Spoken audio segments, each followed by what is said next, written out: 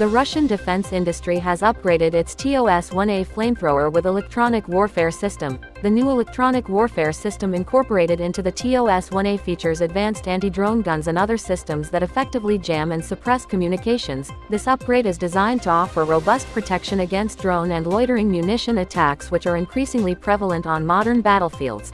The German Ministry of Defense has signed $1.2 billion contract with Raytheon to supply Germany with additional Patriot air and missile defense systems. The additional systems will allow Germany to supplement its existing fleet of air defense systems and replace those systems that were transferred to Ukraine.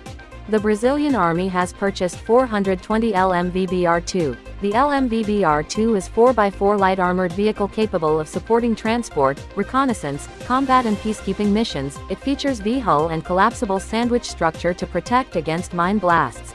The U.S. Coast Guard successfully conducted tests on strategic quad for reconnaissance and logistics uncrewed ground vehicle. The SQRL was tested in various urban terrains with goal to assess its performance in various environments that mimic the challenging conditions it will encounter in polar regions. These tests are crucial in ensuring the vehicle's reliability and effectiveness in supporting reconnaissance and logistics missions in some of the world's most demanding environments.